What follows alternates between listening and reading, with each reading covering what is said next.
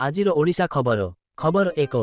ଓଡ଼ିଶା ସରକାର ଭୁବନେଶ୍ୱର, କଟକ, ପୁରୀ, ପାରାଦୀପ ଆର୍ଥିକ ଅଞ୍ଚଳ ପାଇଁ ଏକ ସମ୍ପୂର୍ଣ୍ଣ ଆର୍ଥିକ ଯୋଜନା ଆରମ୍ଭ କରିଛନ୍ତି, ଯାହାକୁ ପୂର୍ବ ଭାରତର ମୁଖ୍ୟ ବୃଦ୍ଧି କେନ୍ଦ୍ର ଭାବେ ବିକଶିତ କରାଯିବ।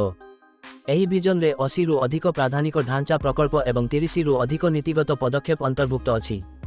ଟେକ୍ନୋଲୋଜି, ପର୍ଯ୍ୟଟନ, ଶିକ୍ଷା, ବାୟୋଟେକ୍ନୋଲୋଜି, ବସ୍ତ୍ର ଇତ୍ୟାଦି ବିଭିନ୍ନ କ୍ଷେତ୍ରରେ ବିକାଶ ଲକ୍ଷ୍ୟ ରହିଛି ଏବଂ 2047 ପର୍ଯ୍ୟନ୍ତ ଦୀର୍ଘମିଆଦୀ ରୋଡମ୍ୟାପ୍ ତିଆରି କରାଯାଇଛି। ଖବର 2। ଭୁବନେଶ୍ୱର, କଟକ, ପୁରୀ, ପାରାଦୀପ ଆର୍ଥିକ ଅଞ୍ଚଳ ପାଇଁ ଭିଜନ ଡକ୍ୟୁମେଣ୍ଟ ରାଜ୍ୟ ସରକାର ଜାରି କଲେ।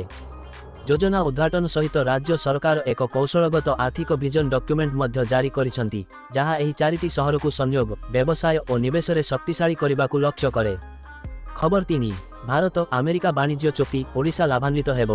ଓଡ଼ିଶାର ମୁଖ୍ୟମନ୍ତ୍ରୀ କହିଛନ୍ତି ଯେ ଭାରତ ଆମେରିକା ବାଣିଜ୍ୟ ଚୁକ୍ତି ଦ୍ୱାରା ରାଜ୍ୟର ରପ୍ତାନି କ୍ଷେତ୍ର, ଯଥା ହସ୍ତତନ୍ତ୍ର ଉତ୍ପାଦ, ସମୁଦ୍ରଜ ଖାଦ୍ୟ ଏବଂ ଦୁର୍ଲଭ ଧାତୁ, ଅଧିକ ଶକ୍ତିଶାଳୀ ହେବ।